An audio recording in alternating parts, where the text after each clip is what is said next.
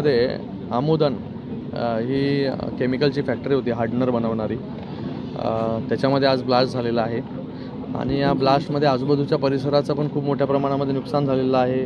काही कंपनीज आहेत बाजूला लागून, काही हुंडाईसारख्या फॅक्टरीज आहेत, काही वस्ती आहे आणि त्याचा इम्पॅक्ट खूप लांबपर्यंत जो आहे हा गेलेला आहे, काचा फुटलेल्या आहे लोकांच्या।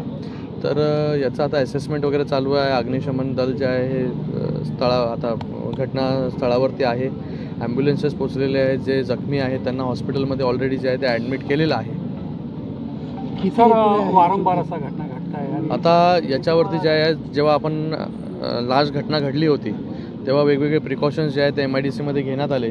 जो वास यायचा, जे पोल्युशन व्हायचं, जे पाण्यामध्ये पोल्युशन जायचं ते मोठ्या प्रमाणामध्ये कमी झालं आहे। पण आत्ता जेव्हा हे बॉयलरचे स्फोट जिथे होतात आणि जिथे हायली हॅझार्डस केमिकल बनवले जातात, त्याचा निर्णय जो आहे तो मला वाटतं आता सरकारला घ्यावा लागेल।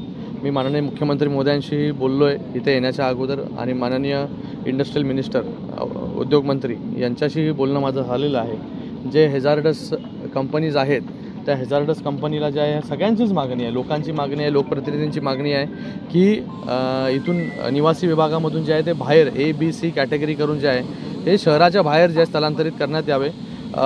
आणि मी विश्वास देतो तुम्हा सगळ्यांना की आपलं सरकार जे आहे लोकांसाठी निर्णय घेणारं सरकार आहे आणि ह्याच्यावरती पूर्णपणे पॉझिटिव्ह निर्णय जो आहे आणि जे हायली हॅझार्डस केमिकल इथे बनवतात, जे अशा प्रकारे मोठ्या प्रमाणात ब्लास्ट होतात ज्या कंपनीजमध्ये, त्या कंपनीज ज्या आहेत त्या शहराबाहेर ज्या आहेत ते परमनंट ज्या आहेत या मूव्ह केल्या जातील परमनंट। सर किती जखमी आहेत, काय आकडा आपल्याकडे आहे का? मला वाटतं आता एकंदरीत 30 लोक जे आहेत, 25 ते 30 लोक जे आहेत हे जखमी आहेत। वेगवेगळ्या हॉस्पिटल्समध्ये त्यांना ॲडमिट केलेलं आहे। एम्समध्ये ॲडमिट केलं आहे, काही महापालिकेमध्ये ॲडमिट केलेलं आहे, काही नेपच्यून हॉस्पिटलमध्ये, ग्लोबल हॉस्पिटलमध्ये ॲडमिट केलेलं आहे आपण आणि त्यांची ट्रीटमेंट जी आहे तिथे सुरू आहे।